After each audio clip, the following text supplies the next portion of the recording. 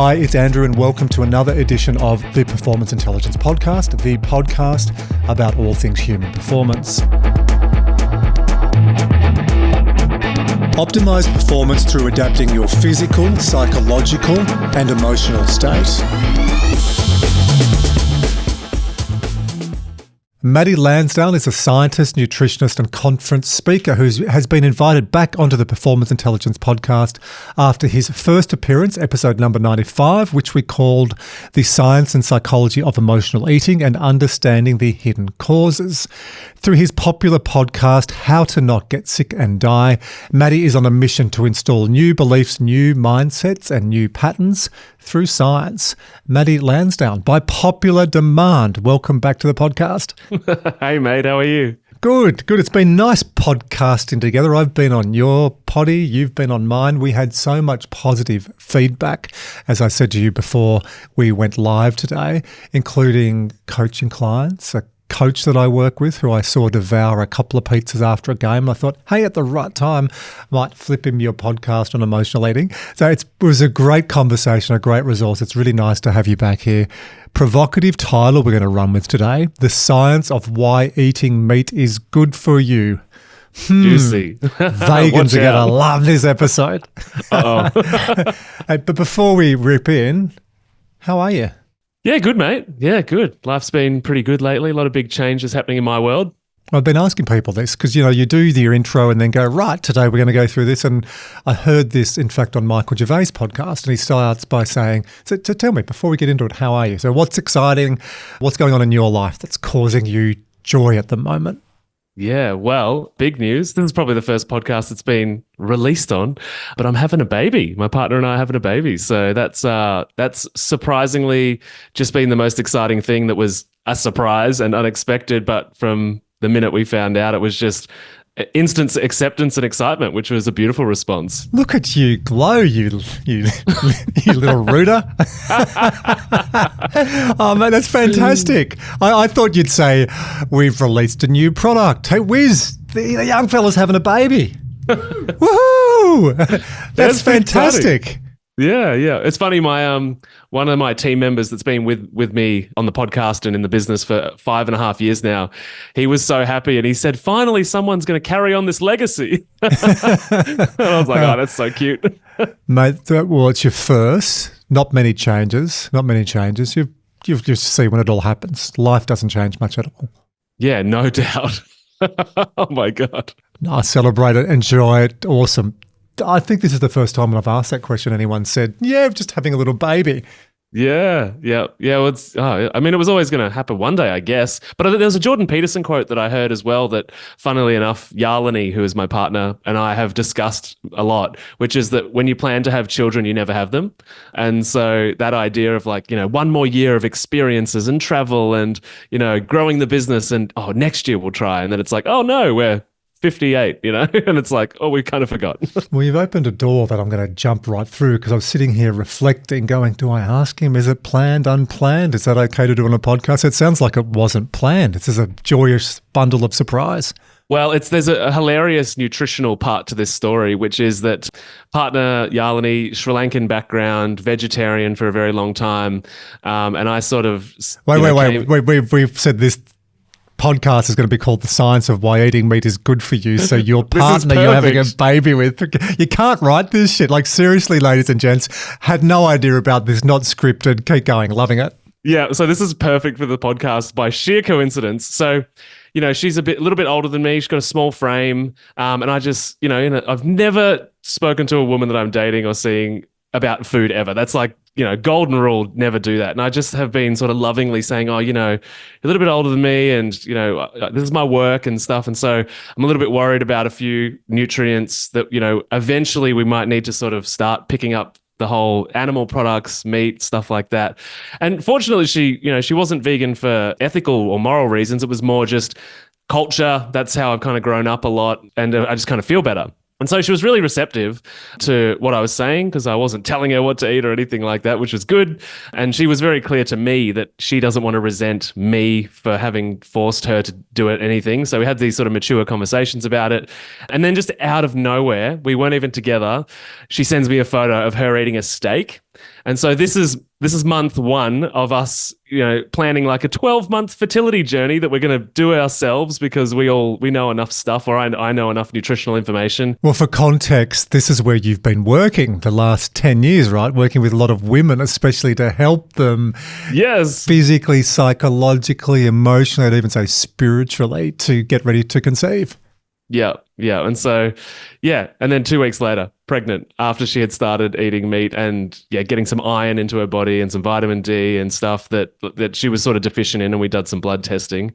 Yeah, so it's hilarious that is my reality, and then we're doing this podcast. So should we change the title to Eating Meat Gets You Pregnant? Well, there are actually do know people and that have tried IVF for years with vegans and vegetarians, and that once they finally broke the barrier of, give this meat thing a go, 3 or 4 months later, basically pregnant. So it's not uncommon to hear that kind of story. Okay, this is really interesting. I love a good script that just gets thrown out and we got some new content in. So a wholehearted congratulations. I could talk to you for the next 15, 20 minutes about kids. Yeah, thank you. One of my hobbies. I've got a couple of surprises. Best thing that's ever happened in my life. Like anyone listening, there's my 4 children. Yeah, they're all accounted for. If there are any others out there, I don't know about it. So Same. Our little Millie was a surprise, and she's just the most gorgeous bundle of joy. Yeah, fantastic. Well, I'm excited. And I'm just also happy, I sort of took the risk to leave my day job coming up for 6 years ago now and do the business. And it's been super hard financially and emotionally. And this is actually the year that it really has got some solid stability. So just things are lining up really nicely. Awesome. Love it. Now, there's only one correction I'm going to give you, young fella who's still in his early-ish 30s. When you say my partner is older than me, my partner, Tony, she's younger than me, so I don't get into trouble on this. I did have a partner, or maybe have had a few partners in the past who are older. Mm-hmm. My partner is a little bit more mature than me. Don't ever say the older word to women, okay? Because there's women listening to this around the world just jumping off the train, the tram, the bus, going, you did. So. Sorry. Well, it should be the word geriatric in the pregnancy conversations. The word is used over the age of 35. Like, they've got to change that. If a woman's over 35, they start to say you're geriatric. Yeah, it's called a geriatric pregnancy over the age of 35. Wow. That's not making anybody feel good. That's called medicine without marketing. Yes. Now, maybe that's a good segue. Marketing without science, or marketing without medicine. There's a show that was on TV in early 2024 on Netflix called You Are What You Eat, a twin experiment. I watched that with my partner, Tony. And at the end of it, 2 things happened. One is I was like, ooh, really interesting data. Watching it was nice, but I thought it was fundamentally flawed, the study. So I want to talk to you about what were some of the flaws in that study, because I think it was just set up for TV. But the second part, and this was the really interesting part of the experiment, Tony said, I think we should go meat-free. We should go vegan. And I'm like, absolutely not. Let's eat less meat, because I know enough around this. And I think some of the areas we're going to talk about today, I'm sure there are many other women like Tony, many other men who, like Tony, then went, right, we've got to cut meat out, because what they showed in this documentary is meat is bad, it causes cancer, infertility, we're going to die younger, so it's off the table, let's go fake meat.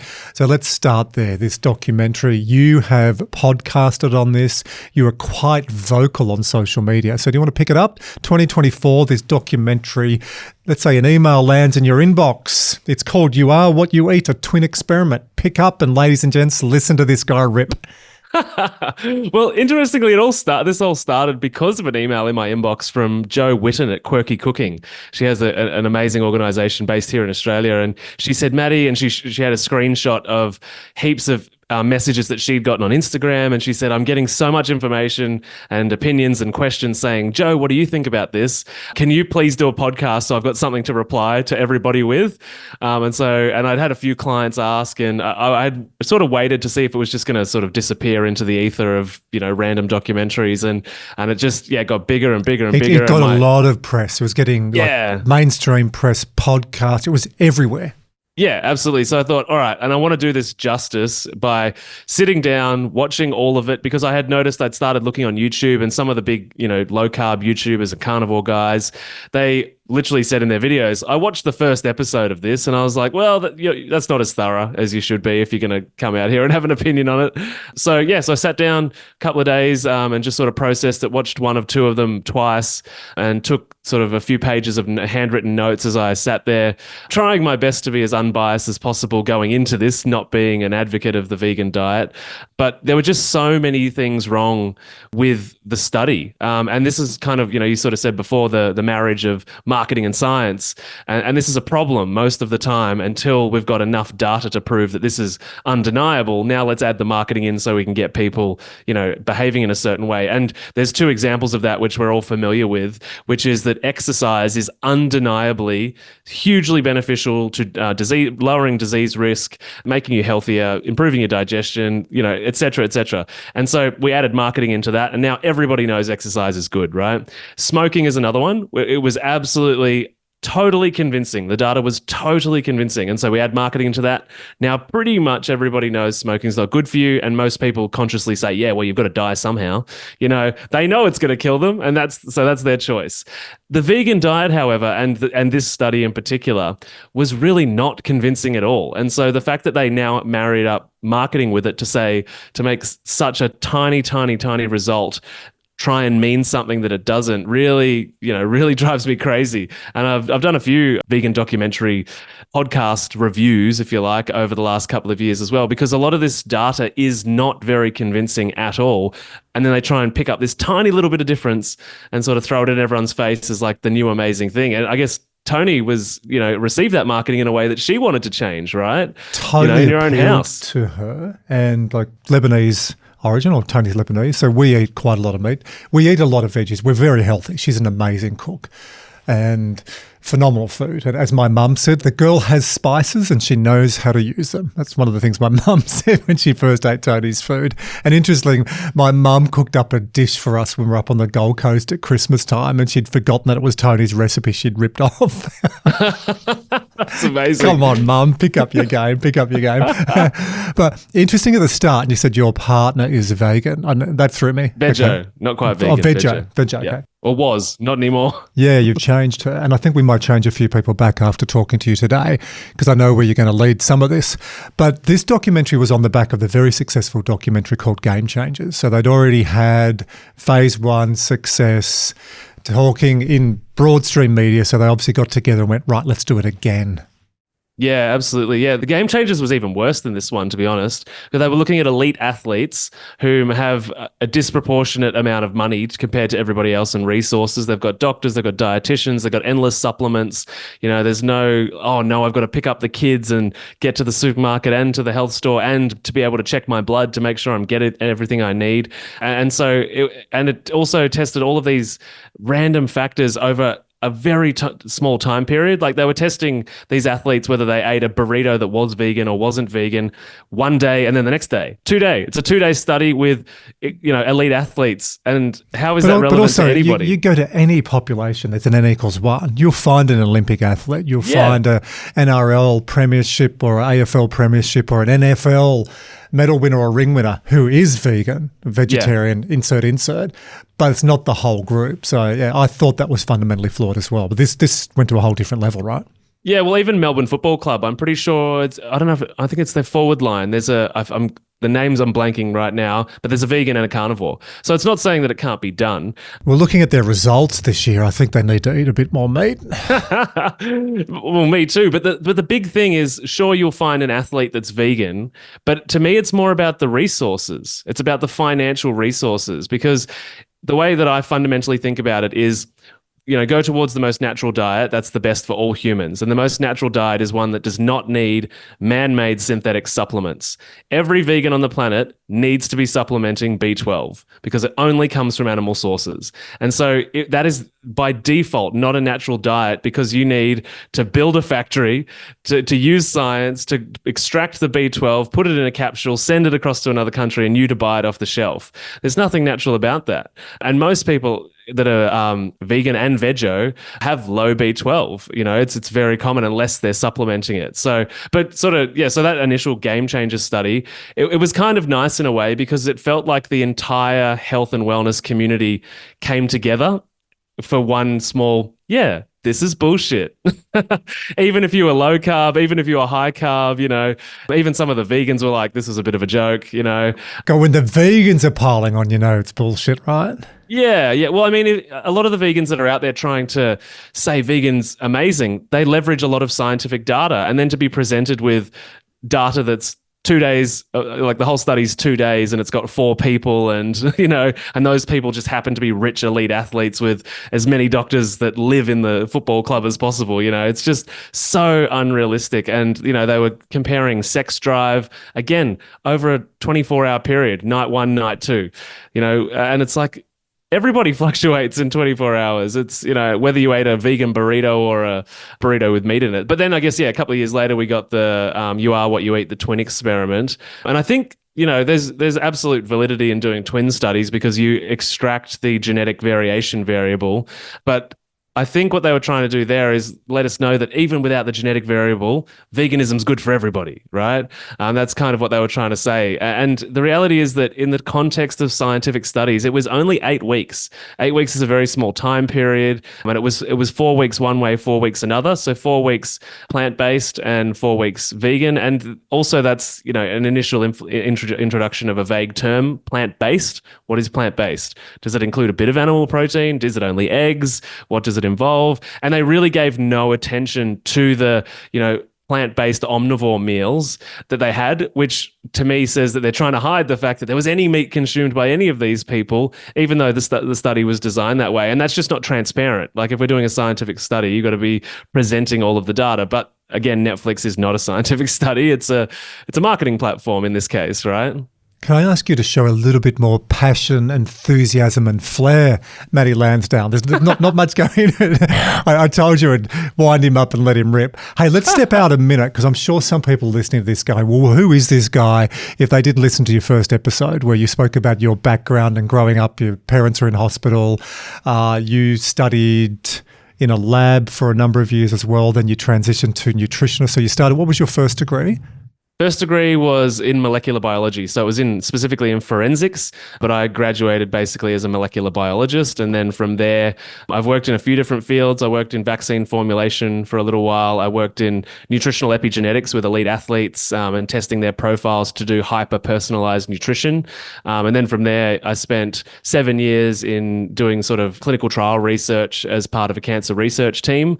And that was really where I was confronted with the idea that humans don't get much healthier in a hospital, and we're never talking about the cause of disease. And that's the thing that sent me deep down the nutrition path to get educated in alternative medicine and natural health and sort of food as medicine. It was sort of my wheelhouse for a long time. Actually, a lot of the books behind me are clinical food as medicine books and that type of thing. So, yeah. So you can smell the rigor. In fact, smell that. There's a show when I grew up called Revenge of the Nerds, Wizard. You probably haven't seen it, but we'll implant this. They go, nerds, nerds.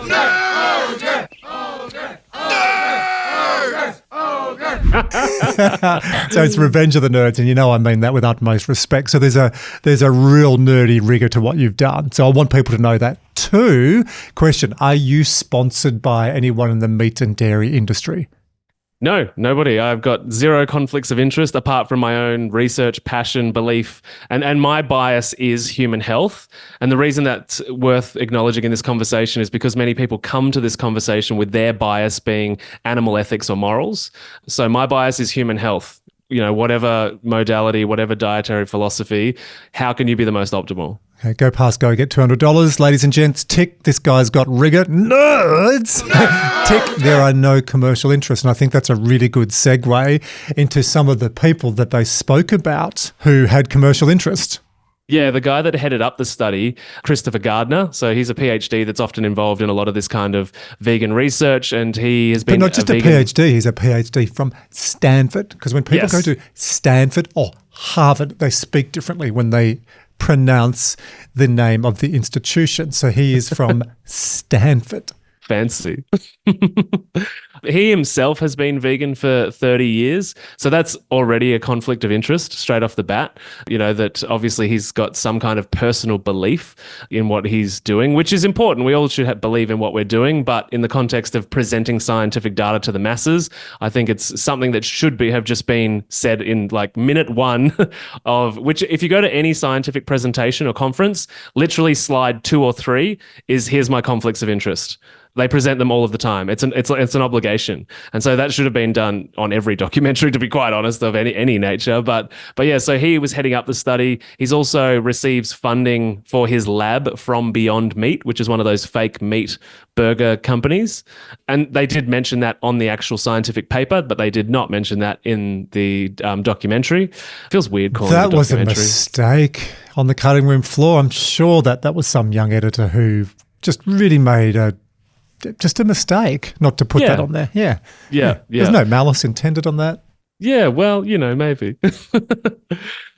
He's also part of the US Dietary Guidelines Committee, which are responsible for lunches of kids in schools, prison meals, and he's part of a team of people that are interested in lowering saturated fat, which is part of the vegan argument. They're sort of still in that bubble that's expanded in many ways, but that bubble of low fat, get away from fat. Saturated fat is bad for you. Too much of anything is bad for you. So I'm not saying that saturated fat is the best thing on the earth, but it's just volume. Like the body needs saturated fat. It's just volume that needs to be monitored, but same with lots of things. And the other thing is the guy that funded it, or the main funding, came from a guy named Kyle Vogt, and he is a Silicon Valley millionaire, or billionaire actually. He's a very well-known investor in all things non-meat. Yeah. And again, who's funding things they don't believe in any area of their own life? Nobody, right? Nobody gives money. And so I acknowledge the challenge with, it's like, well, who's going to pay for this? Probably vegans, makes sense. But it's about the transparency, right? It's about saying in minute 1 or slide 3, hey, this is where our money came from, and these are the scientists that are involved. So it gives you context to the data that you're reading. Maybe it doesn't mean that it's totally bullshit, but maybe it just puts some, context into people's mind to be like, okay, we have to factor that in. I find it, I was going to say criminal, that's a little bit too far, but I find it really unprofessional. So I wear a Garmin watch, and Garmin give me a product about every year. And I speak to lots of people, as you do in the corporate world, lots of executives, lots of athletes around wearable tech and metrics. Every conversation I have is, hey, I wear Garmin, full disclosure, Garmin give me some product. Now, why? I actually love Garmin and I would buy it myself regardless, but I just need to disclose that they give me product. Now let's talk to you. And I don't skew people towards Garmin, but if that's the best product for them, great. It might be like some athletes I get to wear a Whoop, others that love Apple Watch, some are Samsung. So I'm actually agnostic on the product, but I disclosed that, hey, I use Garmin, here's the reasons why. Yeah, I think it's professional, like you said. It's professional, and I think then you can have a conversation, and there's nothing hidden, there's nothing clandestine. Yeah, absolutely. And I think it even adds more validity because, one, you present yourself as transparent and honest. But two, the other thing is, maybe I could have gotten, a wearable, a fitness wearable from anyone, and this was the one I chose, right? And it's kind of like being a podcaster with a big platform. I'm similar. The amount of different spirulina powders I've been sent for free is heaps. And so then it gives actually more transparency and validity to the one that you do choose, because it's like, hey, I got all of them for free and this is the one I chose. So it's the same with the Garmin watch. I think it's like, could have had heaps of offers, and I love Garmin because, out of all the free ones, this was still the best. And Harry from Garmin, I'll send this to you, mate, so you can see I've done a good job. Just plug without we'll even meaning to. Collect a check on the back end. So the doctor on this, in brackets, documentary has got needs and has got a bias. The investor has got a bias, and also two of the famous vegan influencers you talk about and business owners that were included in this to push products and services like cashew cheese and 11 Madison Garden Restaurant as well. All have pecuniary interest to push the narrative. Yeah, yeah. And again, that may or may not be obvious to the watcher, that it ended up feeling like an advertisement, a four-piece advertisement for 11 Madison Garden. And I guess the other narrative that becomes obvious as you watch it, that it comes through, is that it's implying that meat consumption is bad for climate change and the earth. And so they're trying to hit on all of these variables, of the emotions and the morals and the ethics of the individual that's the watching. Amazonian rainforest where they show it just decimated. Yeah. And these pristine, beautiful environments that are now farming cows, and then they show them eroded 3 or 4 years later. Yeah. And so it's coming at you from all angles. And, and there's also a vegan fitness influencer on there that's sort of responsible for the exercise, whom, if anybody's ever worked in sport or exercise, you look at him and say, sure, veganism and maybe a good injection of TRT. Yeah, he was jacked, wasn't he? Yeah, which is his choice. And I'm not saying that vegans that are jacked are not legitimate. I'm just saying that anyone that looks that jacked, it's highly likely there are more than diet at play, irrelevant of the diet. Suffice to say, in our summary so far of this discussion, that there were some fundamental flaws in the research and the ethics behind doing this documentary. Yeah, I felt so. Yeah, I felt it was, very misleading. And we haven't even got to the results. The actual results were, very underwhelming. And so it was wild that they were able to present them in a way that led to people saying, let's be vegan. Well, let's get to the results. It was on the list. The researchers, in brackets, wanted to see if anybody's cognitive abilities improved throughout this study. So then they looked at measuring a whole bunch of metrics like glucose and insulin, LDL, cholesterol, and a whole bunch of others. Pick up the discussion there. So when you got your magnifying glass out, or did you zoom in with a microscope and started looking at this, I heard on your podcast you were just outraged. Yeah, absolutely. Well, again, just acknowledging the time frame. So it was a very short time frame, 8 weeks. So not much is going to change in that time when it comes to diet, unless you're doing an extreme sort of fad calorie restriction starvation scenario. But the glucose and insulin, so what they presented was that it was slightly reduced in vegans. And so for the average American, which is sort of the person that was in the study from the US, which is, I would say, representative of Australia and England and that type of thing, saying it's slightly reduced in the vegans, which, given that most people were overweight, that's a good thing. That's a good thing, because it's going to mean that they've got better access to burn their body fat. However, I would say that anyone that is significantly overweight that makes any change to any diet that is clean eating and mostly whole real food is going to see the same result. So what I'm saying there is that it's a good thing, but you can't prove that it was the vegan diet, basically. Additionally, the changes that were made were diet and exercise. So also can't tease those two things apart, or there wasn't any algorithm that was applied to the data in the final paper that was able to account for the exercise that they had done, which was why that fitness influencer was there. And the other thing, speaking of calories and deprivation diet and that type of thing, was that the vegans, they found over the course of the study, they ate about 200 calories less per day for the duration of the trial. And so you could say that accounted or contributed to the lowering in the glucose or the insulin. But more importantly, what you should look at that at is 200 times 8 weeks ends up being like 11,000 calories, right? So that's a significant reduction in calories. That's a huge amount of food. Exactly. So, was it a calorie thing or was it a vegan thing? Because you could argue the same thing with any dietary template hitting the same calorie number, which is 200 less per day. The cognitive function, there wasn't a huge difference in that. Again, it was the 8 weeks, but it also showed that they had to do these puzzles and on this iPad and that type of thing, and had discovered that there was very little difference, or if any, that the people that were not vegan were a little bit better. So that was a bit shocking, because they still presented that, which was, surprising. What else was there? Cholesterol? Yeah, cholesterol. So the numbers just didn't move enough for me to be concerned. They reported in the final paper, and they talked about this on the documentary, was that there was a 15-point drop. You can have a 15-point drop in cholesterol day to day. So that's not really concerning. And yes, it might have been a positive trend across the 8 weeks that the cholesterol was improving. But again, it's not long enough time frame for me to say conclusively the vegan diet has made cholesterol amazing for these people. 8 months, I sort of might be more convinced that that the vegan influence on the cholesterol would be a good thing. But again, it's like the honeymoon period of all diets. Is it just the removal of all of the crap? Or is it the addition of only plant foods? So it's hard to tease those two things apart. One or two more, TMA, which in the liver is converted to TMAO. Yes, TMA. So I thought that was a really weird one for them to bring out. Because that's not, like when you talk about cholesterol, even LDL, HDL, triglycerides, that's in the mainstream conversation. TMAO is not a normal conversation to even have with a doctor. Yeah, well, I just feel that the difference between the vegans and the non-vegans was so big that they pulled that out and shone a spotlight on it to say, see, like there is a big difference between the groups. Yeah. And like TMAO is increased in people that eat meat because you need it as part of the digestive process and the breakdown in the liver of proteins. You need that enzyme to be produced. And so my argument or response to that is, of course, TMAO is higher in meat eaters because you need it as part of the breakdown process in the liver.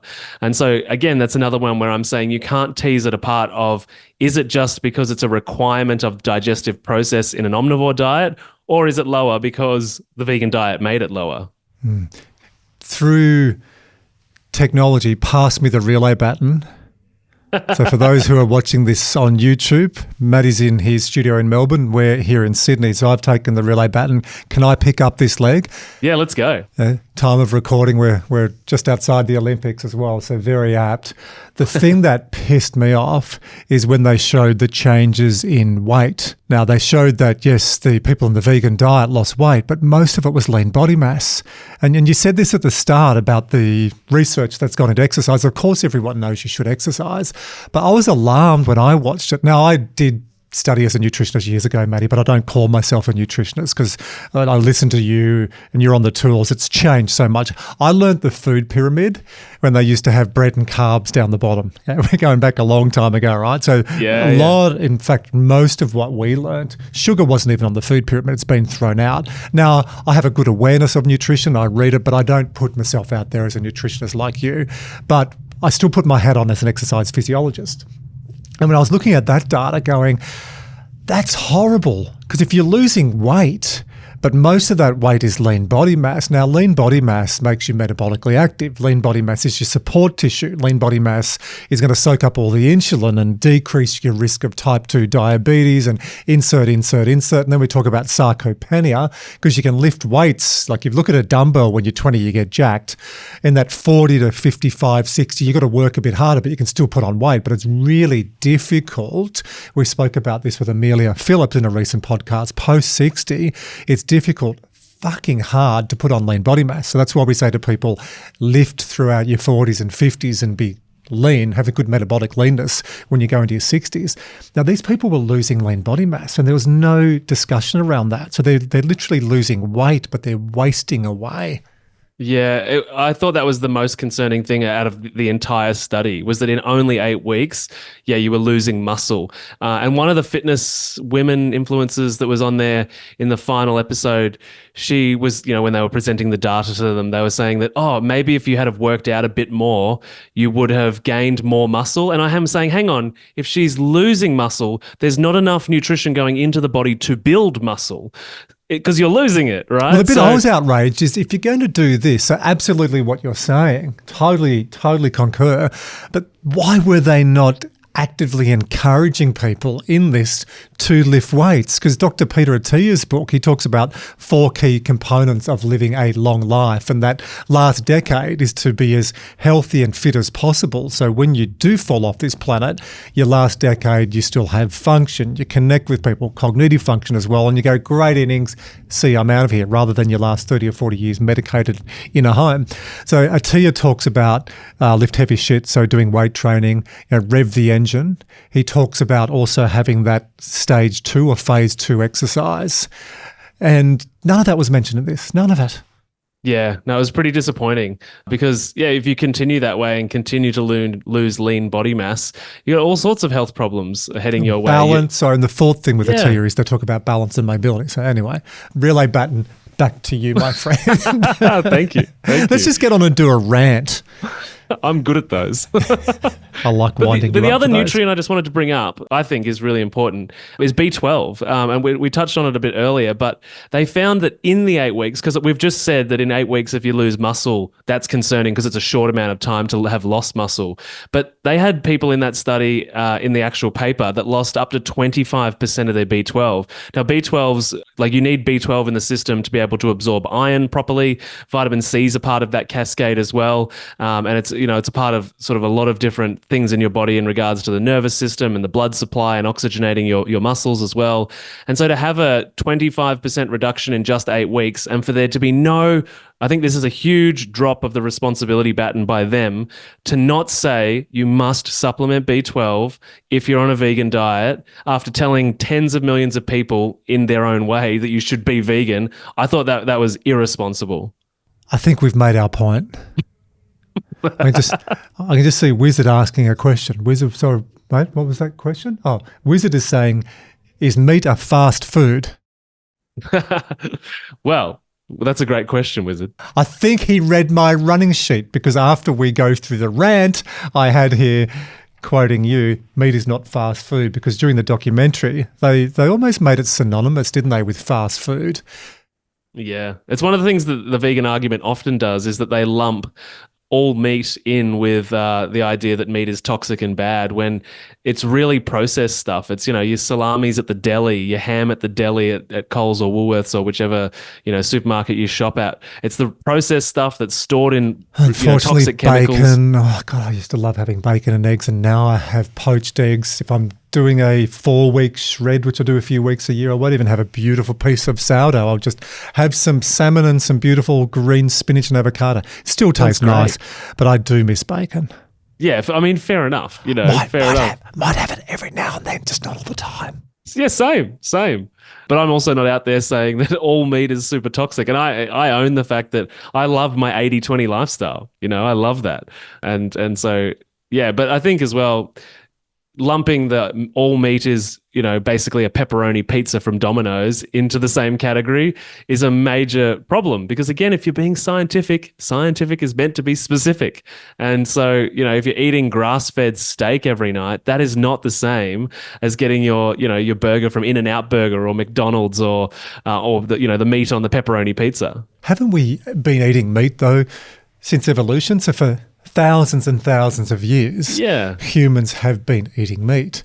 And then recently, it feels like especially the last 10 years, it's all stuff. Like, we've been eating this carcinogenic product, and it really does get a bad rap, especially red meat. Yeah.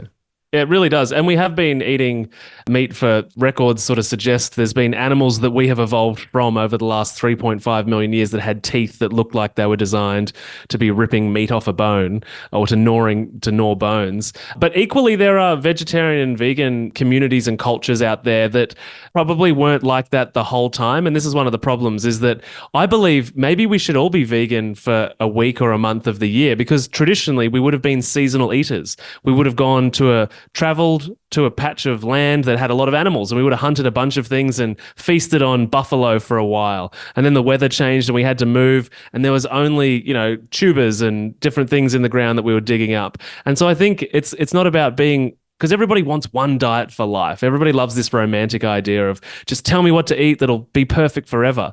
And there's been no society or culture that ate one thing for life. And that's the problem. We're trying to attach ourselves to these ideals when maybe we're meant to just listen to our body. And that's a part of what I do, is like, that intuitive, what nutrition do I need? And it's like, it reminds me of those segments they have on the morning show sometimes where they're like, we've got a vegan dog and the owner's vegan, and then they put the meat down and then the vegan meal down, and they 100% of the time go to the meat, because our body knows that the nutritional density of meat is far greater than kale. Bad dog. Bad puppy. It's so funny. On national TV. Yeah, I've seen it a few times. I do want to get into today the prescription for balanced, healthy eating. Before we do, just talking on this a little bit more, because it sounds like we're beating up the vegans. I know a number of people who do choose to not eat meat, and some of them are really healthy. So you can do this. But if you are going to do that, don't use Instagram or Netflix. Use a qualified nutritionist, or I'd say a nutritionist, and also have a doctor who does your biomarkers. So you need to know all of your key biomarkers, like vitamin D, like getting into cholesterol, but not just total cholesterol, LDL, HDL, triglycerides. You should know fasting glucose levels, insert. I'd look at DHEA, so I'd look at the precursor to testosterone. So you can actually track all these metrics. I'd then also go to a DEXA scan. So you're looking at lean body mass, you're looking at bone density and fat mass. So we're nerding out on people. But whenever I have anyone, Matty, who says, hey, this is where I'm going to go, great. Get a really good nutritionist. I'm talking to one now. Go get a really good integrative health doctor, not just someone who looks at you through glasses as the omniscient, omnipotent person. This is more the doctors probably 55, 60 beyond who thought they knew everything, but more of an open-minded doctor or a young doctor who understands that it's not just about prescription and giving people a pill. Then I think you can have a really healthy plant-based diet, but you've got to do the research and the science, and then we start talking about all the essential food groups and food combining. I'll shut up and I'll throw to you. Well, the thing that I was going to say is that, and I did a podcast episode on this, is that most vegans are functionally deficient. It's not that you can't get it all, because if you can, afford the supplements every month, then fantastic, go for it. I'm not here to tell people what to believe about animal rights or farming. I mean, I'm happy to preach my understanding of farming, but my point is that it's totally doable. But I think people are functionally deficient mostly, which is, when you go vegan or veggie the first time, you're really excited to try all these new things and travel to the farmer's market for the first time and do all these behaviors that are different and expensive, I might add. And then you kind of get over it. The novelty wears off, and then you just realize, oh, Oreos are vegan, so I guess that's the easiest thing to buy, and they're only $1 a packet, so I'm vegan. And so it's a functional deficiency of, I can't afford all the supplements, or don't have the time to get to the farmer's market, and so it's a practical functional deficiency, not necessarily the nutrition is not in the food. Deficiency as well. So let's get molecular. B12 deficiency. Yeah. What else? So you're saying you have to supplement B12. Well, B12 only comes from meat. Yes, correct. Yeah. The other one, which is so it's the biggest deficiency in the whole world, is iron deficiency. So that's huge, especially in vegans. And yes, there is non-heme iron. So heme iron comes from like hemoglobin, which is in meat, obviously, like blood, sources of blood. But yeah, non-heme iron comes out of, your dark leafy greens and that kind of thing. Popeye had spinach, but you look at how much spinach you need compared to a piece of lean red meat, 200 grams, or the size of your hand with your fingers snipped off, and you're looking at a big, massive plate. Like I'm talking a huge plate of spinach to get the same. But heme, non-heme, just a quick dig into that as well. Yeah, well, as far as absorption goes. Yeah, absorption is much lower when it comes to non-heme sources. So the volume of spinach or kale or whatever that you would need to eat would be far more than you would be bothered eating to be able to match what a 200-gram steak would give you. And the bioavailability, once it's in your system, is much higher from heme iron, from animal-based proteins. So it's just really hard to compete. And I mean, I started this episode talking about my partner. When we get all these bloods done, iron was through the floor. She had been a whole real food vegetarian for a very long time, and that's not even vegan, every individual is going to be different. It's the largest deficiency in the world for so many reasons, but one of those factors in the modern world where we've got access to everything is the choice to be vegan or veggie without doing all of the proper bloods and everything you mentioned before. So vitamin B12, iron deficiency, are there one or two other ones that if someone is listening to this who's vegan that you really got to double down on, get the levels and then do it based on science, not based on marketing? Yeah, absolutely. The next one we've got B12. The next one would be protein for sure. Yes, you can get protein, and there's out of lots of different things, and there's natto and there's tofu and edamame beans. But again, it's a conversation about bioavailability and percentage of protein per mass of the food. What I mean by that is that the percentage of protein that is in a steak or in 1 gram of steak versus 1 gram of edamame bean is significantly different. And therefore, you need to eat copious amounts of calories of quinoa or edamame or whatever the plant alternative is in order to hit your protein requirements. And if you're not hitting your protein requirements, you're susceptible to binge eating and overeating, but you're also going to be sort of snacking all day, because studies show in mammals, in bugs, in all the way down to locusts, that all species overeat food to hit their protein quota. And that includes us, which is why the chocolate snacks or the chips in the bag, we just keep going and going and going. We're trying to hit our protein quota. So protein is super important. So you would need to be supplementing that as well. Have I told you about the Dorito effect and bliss points? Oh, I've heard about it. I had a lot of feedback on our last podcast, and I wind you up. You were talking about that, and Wizard and I did an experiment, or Wiz actually did the experiment. Was it that night, mate? You went and bought a packet of... I think it was about a week after. A week and a half after. So the experiment you told us about, or the science you told us about, is that 1 in 7 of Doritos have 10 times more flavouring seasoning, and they just absolutely give you that bliss point in your mouth. So you go back for more. Yeah, no, absolutely. And I think it's every 9th chip has 5 times. Every 9th chip has 5 times. Yeah. So yeah, that's a real thing. I mean, but you said 2 more omega-3s, I think, are the other big one. So the fats, it's a lot of people. I mean, you can get a little bit out of nuts and seeds and that type of thing, and avocados and coconut, which often feature a common coconut, particularly, is a big feature, in avocados in the vegan and veggie diets. But again, it's just a volume thing. It's these foods don't necessarily hold enough of the right things. And one good question to ask is, if I was carnivore for the rest of my life, would I die? Or if I was vegan for the rest of my life, would I die? Without supplementation, vegan would kill you eventually, right? And so carnivore would not, because it's got absolutely everything. And so that just speaks to the volume of nutrition and the bioavailability of nutrition in the animal-based protein. Am I saying you should be either vegan or carnivore? No. Well, we'll get to that. I think we're saying it'll be a nice blend. So for vegans, make sure you know your vitamin B12, your iron levels. Make sure you're getting enough protein. You can't measure that. Well, you can measure that. The outcome of that protein and then exercising will be lean body mass. So you can actually measure the upstream effect of that on DEXA and omega-3s. Yeah. And just to throw in there, vitamin D is always important. Calcium is another one that's a bit harder to come by to hit your quota from a vegan or veggie diet too. You present a very strong scientific argument. Now, before we talk about, because people are listening to this going, oh, God, they're just bagging this documentary, bagging vegans. I'm sorry. This is called the pilot. No, it's good. It's a really nice way to do it, because we flip this and then we'll get the answer and people go, oh, I see what they're doing. There is a balance at the end. But I need to talk to you about fake meat before we go to a plan or a healthy guideline. Yeah. Fake meat, I see so much on it. In fact, I've had a couple of companies contact me recently to say, hey, we want to talk to you. Yeah.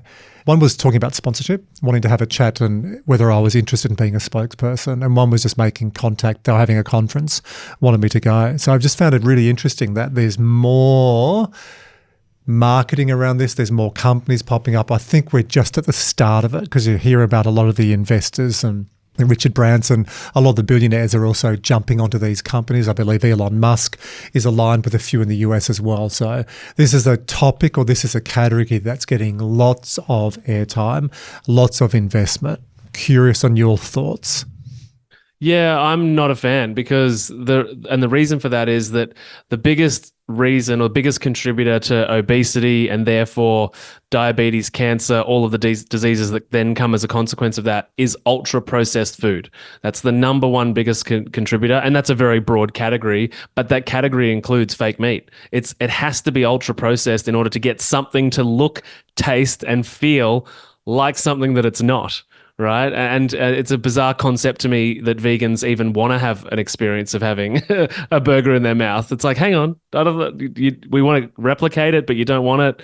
I don't know. But the ingredient lists of the chemicals and flavorings and additives that go into these foods to make them look and feel and taste like something they're not is just as bad as some of the, stuff that you'll find in the chocolate and the chip aisle at the supermarket. It's ultra processed. And that was also pushed a little bit on the You Are What You Eat. They sort of talked about the creation of fake bacon, and it's ultra processed. Your body does not find it in nature. There are chemicals in there which are toxic and damaging, in the same way that there is in all of the sugary, stuff that you eat that you probably shouldn't. So yeah, I don't think it's a great thing. But one of the big reasons for society moving in that direction is that from a farming perspective, it's 10 times cheaper to produce a carbohydrate than it is animal protein. So, we see all of these commercial institutions getting on board, whether it be McDonald's or KFC or, Grilled or whoever it is. That's because it's cheaper for them to buy the plant-based burger, because it's cheaper for the person selling it to them and for the farmer and everybody in that line. Everyone makes more money. Yeah, everybody makes more money. And that's going to have a tipping point at some point where everything's just the same cost. But for now, I think it's saving a lot of people lots of money that are making lots of profit from all of us. I'm often asked in a workshop if it does get onto nutrition, because I try and steer away from it unless I've got time. If I'm doing an executive workshop and it's a half day, I'll say, here, read the book that I co-wrote with Dr. Tom Buckley, Match Fit. There's a whole chapter there on fuel. I cannot do nutrition in 15 minutes because first of all, you're talking about everyone's taste buds. And my grandmother said if you have porridge, it's going to stick to your ribs. Well, your grandma was sort of right, but there's not a lot of science. You need time to really get into nutrition. Well, I'm often asked, when I'm reading food labels, what should I look for? And it's a really simple answer Dr. Tom and I write about in the book. None. What do you mean? Okay, so a cow doesn't have a food label. Spinach or an apple doesn't have a food label. So when you're talking about ultra-processed foods, how many different ingredients is it now to call it ultra-processed? Oh, I actually don't know the answer to that question. For me, it depends on the ingredient quality. If it's got 3 ingredients and one of those is a giant scientific word, I would consider that ultra-processed. Because, the second that you take it into like an apple into a kitchen and chop it, that's the beginning of processing. You heat up some eggs, you're also processing. So I'm sure there is an actual definition in a textbook, but I don't actually know. The point, though, we try and get across to people is you shouldn't be looking at food labels. You should be looking at real food. So when you're talking about fake meat and you're talking about cutting out a lot of sources for what we're talking about then, when you see these deficiencies in iron, vitamin B12, not enough protein, omega-3, well, you can fix all that pretty easily. Yeah, with whole real food. The argument from a lot of the fake meat companies is that they fortify, but the synthetic fortification is helpful to the population, sure, but it's not the same as, the real thing. The molecules are fractionally different. They're often referred to as analog molecules, so you might not absorb them properly, or you might actually block the receptor for the true form of that vitamin or mineral. They try and market to you and say, oh, it's got, like most people understand about fiber because of cereal boxes. Worst place to get your fiber is from a cereal box. So we've covered a few areas that fire you up. I just want to know if there's any more before we get onto the healthy prescription. So we've covered You Are What You Eat. Check. We've covered vegan diets, especially if it's non-informed, or can I go a step further, if it's ill-informed. We've covered fake meat. I think Wiz, pretty clear where Matty sits on those 3. Absolutely. He concurs. Is there any other areas that really get you wound up before we go to balanced nutrition and what it should look like? Yeah, the last thing in this kind of broader there is one. And conversation- he smiles and he also leans into the microphone at the same time. Rip in, champ, rip in. The last one that comes up in this conversation is that meat causes cancer, right? And I worked on, like, in a cancer hospital, having this conversation a lot. And again, I just want to refer to a previous part of our conversation, which is that meat is not pepperoni pizza. It's not McDonald's burgers. Meat does not cause cancer. It's the sugar, it's the vegetable oil, it's the very, very low quality meat that is used, and which almost itself is fake meat because it's so ultra processed. It's the choice of place that you get your meat that is the problem. And in a lot of the data that was put together to try and convince us that meat causes cancer, particularly colorectal cancer, the data was extremely unconvincing, like with a relative risk of the difference between meat and no meat of like 0.4%, which is tiny. Again, it's one of those conversation points that's not convincing whatsoever. But where does the average Australian American get their meat? they get it with a liter of soda in America right next to it, and a thing of fries and chips. And so, are we blaming just the meat, or is it the entire meal? So there's a lot of thought that needs to go into what actually that idea means. Meat causes cancer. It doesn't. It's the sugar, it's the vegetable oil, it's all the additives, it's all the chemicals that you get from McDonald's that are not just the meat. Okay, let's take a big breath in. And we'll slowly breathe out. And we're going to make the exhalation slightly longer than the inhalation. And anyone who knows the work I've done around mindfulness or mental skills, we're activating the parasympathetic nervous system. We're resetting. We're going to a happy place. We're going to a futuristic place. I'm saying calm the fuck down. Okay, I'm calming.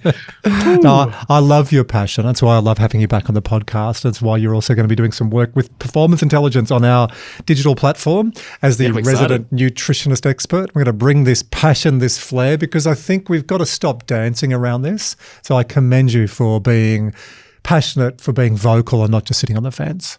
Thank you. I appreciate it. Yeah, I think I do it with enough laughter and few people get offended.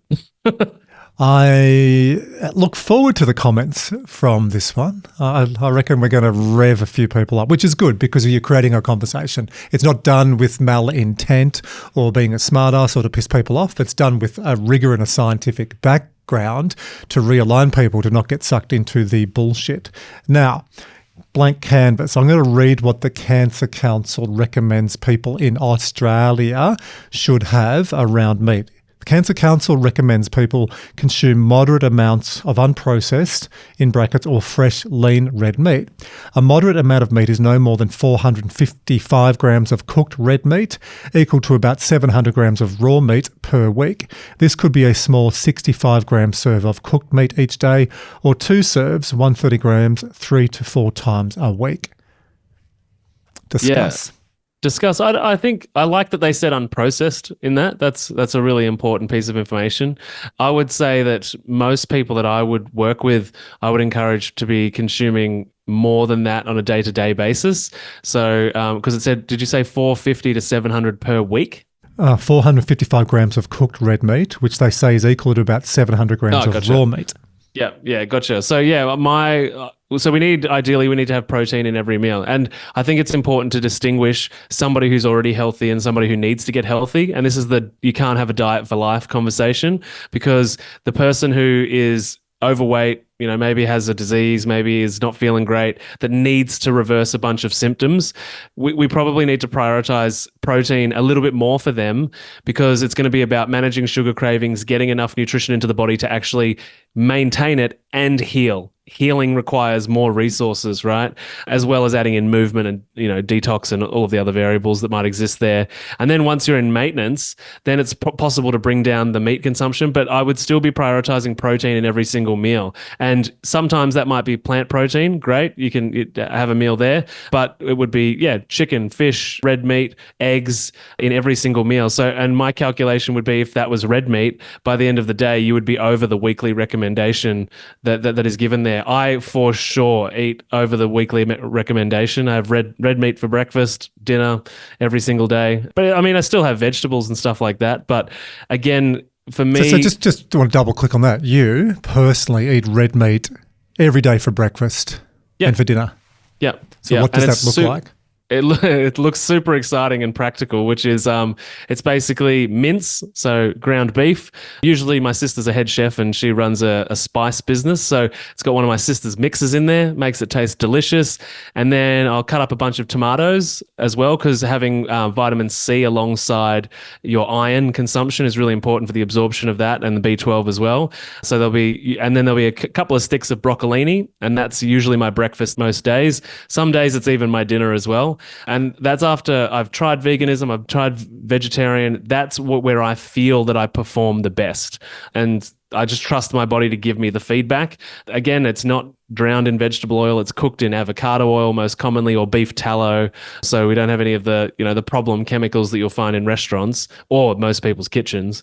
So so that my breakfast looks like that, and dinner will look like something similar, although it could be steak, could be something, it could be a curry that I just add eggs into to up the protein amount. Because I also don't have sugar cravings and don't end up binge eating if I've hit my protein intake. But whereas if I've had a plant-based meal mostly, or a big salad with not enough protein, like egg in it or nuts and seeds, I find that I'm looking to snack all afternoon. And that's where some of the problem foods will start to slip in. When I wrote MatchFit, or before I did MatchFit, I did an experiment. I went on a shred because I'd blown out, went through a marriage breakdown, and my way of coping was fast food, alcohol, and speed dating.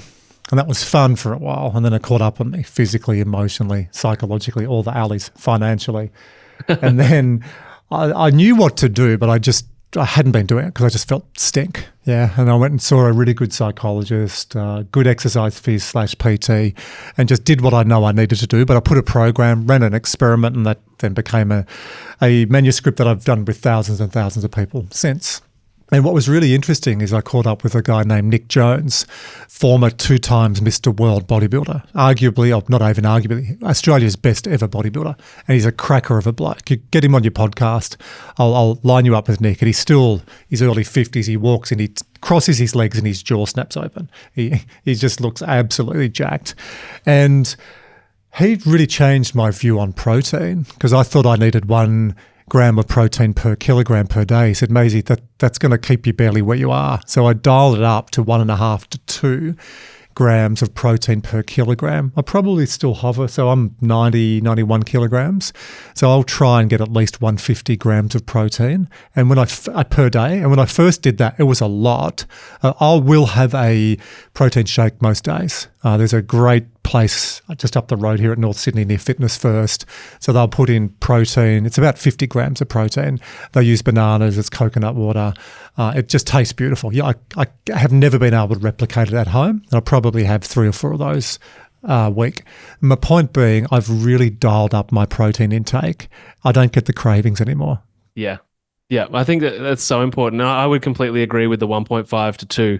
And I think I did an episode with Harps on his show about this exact conversation, because the recommendation from like the RDIs that the government put out, they're to maintain low level health of the population to ensure that the medical services in the country don't get overwhelmed.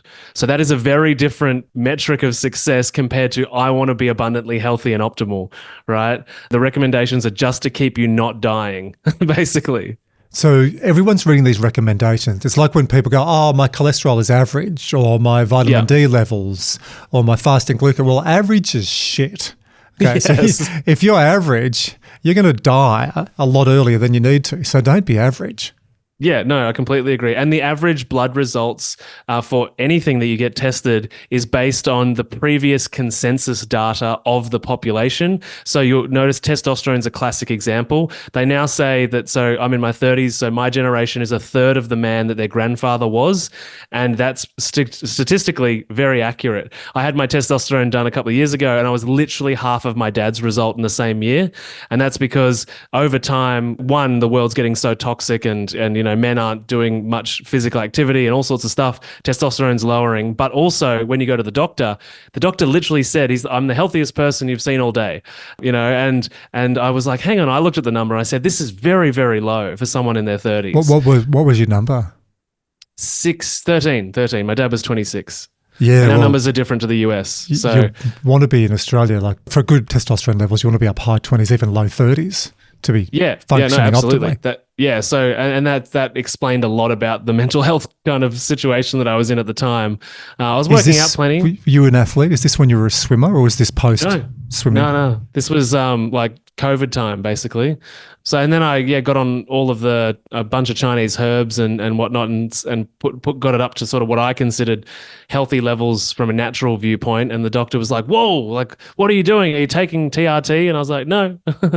but the point being is that the results that the doctor looks at is based on the last consensus data of the population, and the population is fat, sick, and dying. So if you're average in that data, you are already on the way to very poor health. Hence the name of your podcast, How to Not Get Sick and Die. When I looked at that, I thought that's a clever podcast name. So you're saying men your age in their 30s, so this is you, Wiz, are half the man of their dads. So they've got half the testosterone levels of what their fathers had. Now, really interesting. Last year, the US Surgeon General came out with data that Dr. Tom Buckley had predicted 4 or 5 years earlier when we started doing some work together, and then we put this in a chapter in MatchFit, that someone born last year for the first time ever, a child born, is not going to live as long in years as their parents. Yet we're seeing more and more centenarians. So if you get beyond a certain age, you're going to live longer. In fact, that's been predicted to be tripling, quadrupling, maximising at that top level. But people are dying younger. So there's this dichotomy happening. Yeah. So kids born now, it's exposure theory. So fast processed shitty foods, number 1. 2 is lack of exercise, and 3 is over stimulation of the sympathetic nervous system. So when you look at all those factors, saying they're half the man, I worry what it's going to be like in another generation, Matty. Oh, absolutely. Plus, even just breathing the air in a city, there's so many things that suppress testosterone and all of the good things, because we're breathing in so many toxins that can lead to cancer and Parkinson's, and so there's so many factors that contribute to why men and women have massive hormone dysregulation at such young ages. Biggest change I see is when I get men, especially if they've got low hormone levels. And then you look at vitamin D, we're in one of the most beautiful countries in the world, yet we see a disproportionate amount of our executive clients. In fact, over 2/3 have low vitamin D levels. They're just not getting enough sunshine. But I'll get people to get outside, especially on the fringe. So first thing of the morning, get outside, move, get some sunshine, wake up, the best morning start you can possibly get. But then lift heavy shit. They go and lift, and then they come back 3 months later and their levels have gone through the roof. Yeah, because we're just so passive now. We're literally withering away. Yeah, absolutely. Need to get out in the sun. And when you're in Melbourne as well, you're low enough on the globe, and the same with parts of New Zealand, that even if you're out in the sun, we don't actually synthesize vitamin D for 6 months of the year. And that's me as a very white guy, and Melbourne's full of people from different cultural backgrounds. Even my partner's got a Sri Lankan background, and so it's even harder for her to try and get vitamin D from the sun, even if you're in it. You're going to be like me. You're going to have beautiful olive kids with your partner. So Tony's Lebanese, so the 2 little ones, Sophia and Millie, have got this gorgeous olive skin, and then I try and say stuff like, oh, we're also olive, and they look at me and laugh. Yeah, look, I'm just hopeful that it's a boy, because I'm just going to be nervous if it's going to be a girl, and it's got this lovely blend of everything. Like, it sounds like terror as a father. When it happens, it doesn't matter, mate. They're all beautiful. All beautiful. So red meat guidelines, do you go as far as giving people prescriptive guidelines of how many times you can eat red meat a week?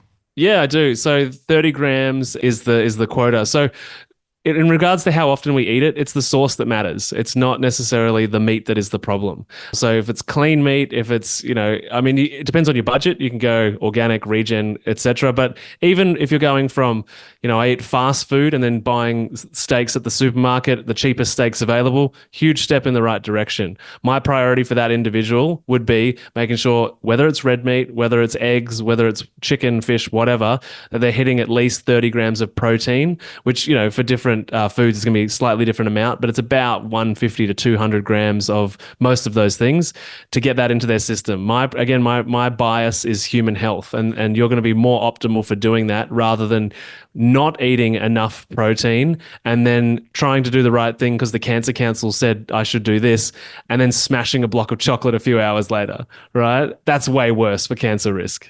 So 30 grams of protein per meal. What we'll do is put up on the show notes on this a ready reckoner so people can actually see how much or how little protein is in some foods. Yeah, no, that'd be great. There's a fantastic guy, which would be wonderful to get on your show, Marty Kendall. He's located in Brisbane. He runs an organization called Optimizing Nutrition, where they're extremely data heavy.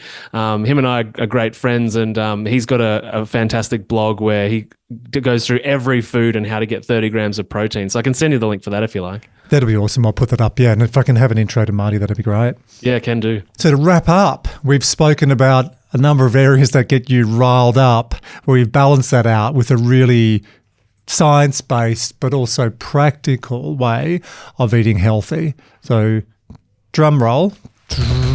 Data is in. According to one of the world's leading nutritionists and researchers, Matty Lansdown, eating meat is part of a healthy, balanced diet. I'll put in brackets, for most people.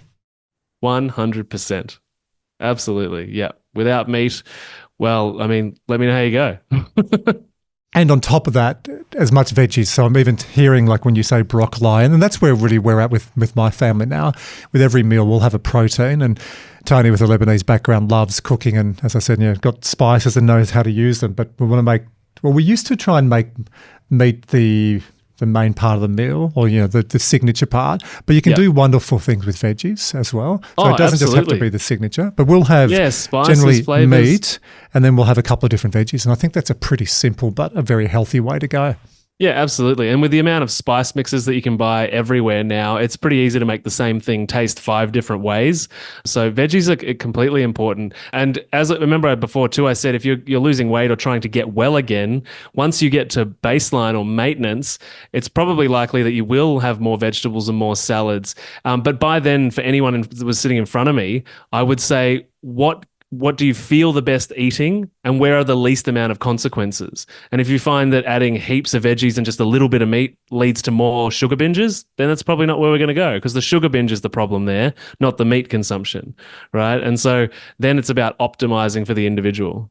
And for people listening to this who are asking even more questions around who is that handsome, highly intelligent carnivore talking to the guy with the shiny head, for people who want to connect with you and do your programs, what I loved you telling me at the start of this, you've had a bunch of people from this podcast reach out and are doing some work with you. I love hearing that. It's one of the reasons I do this podcast, is to help people get access to wonderful people like you, Matty. So for those who want to connect with you, or to do your online programs, or to go a whole lot deeper, because you've really just scratched the surface, where do we find you? Yeah, and firstly, thank you so much for just allowing me to be here and rant and rave about the things that I care about. And yeah, the fact that some people came into my world, I'm really appreciative of the opportunity. So to be here with you and to help them as well. But yeah, if you wanted to work with me in any way, my website, which is just www.mattylansdown.com, or if you're sort of just want to listen to some more content, How to Not Get Sick and Die is the name of the podcast. Andrew's been on that. Awesome episode. Everybody loved it. So come and hang out. MattyLansdown.com. We'll just say it's no E. It's Lansdown. Yep, that's the one. I love a good rant. Love a good rant. Me too. Wiz, you got any questions for Matty, or how are we going to finish this episode, Wiz? Take us out. You eat red meat, your brain's functioning as well. I've seen you eat vegetables. Wiz is a good case study in going from, we'll say when we first met, there was a little bit of opportunity for improvement and growth, wasn't there, in relation to nutrition? I've always said a kebab is a healthy, balanced meal. It's got meat and veggies. What's the problem? Is that how you're going to finish? Have you got a question for Matty? Unrelated to the meat, but I'm trying to cut sugar out because I just love eating shitty food. If I've been not eating sugar, and then every second weekend I allow myself to eat some sugar, is that like even worse than just having a bit throughout the weeks? Okay, now before you answer, how much sugar? Because I know you, Wiz. I'll have, like some lollies. It just depends. Like if there's something around the house, I'll probably eat it. But like, I don't know, probably the equivalent of like half a pack of lollies or something. I don't like binge on and just eat it all day, the whole weekend, but I'll have some, Yeah, I think if you're giving your system a break, that's a positive thing. So if you've got space between the times that you have the sugar, then that's really good. And I guess one good way to mitigate sugar cravings or desires in the first place is hitting that protein quota. Awesome. Okay. Yeah. Do you look at, when you eat, getting 30 grams of protein? Not specifically. I have been trying to eat healthier. So, things like chicken and then stuff like that. And I've been trying to, I've been buying those ready-made meals, the less shitty ones, because they're cheap and they're easy to do. But and living at home with my parents, it's easier to do that than cook a bunch of meals. But I have been trying to eat less carbs and eat more like chicken and meat and things like that. Do you feel better when you eat like that? I'm terrible at telling those sorts of things. But the other thing is I've been having after the gym, I'll have a smoothie, and Dr. Tom got me on the protein powder, so I'll have that with a smoothie after I go to the gym, things like that. But I'm terrible at judging how I feel over a period of time. We're now turning this into a counselling session as well. I see two things in you. I see you've changed your shape. Like you definitely look leaner because you're a big unit. You're a strong unit. And I also see your energy levels are much more consistent. You used to have some big dips. You didn't have the massive peaks, but I could tell sometimes your energy levels have dropped. So I see your energy levels are much more sustained.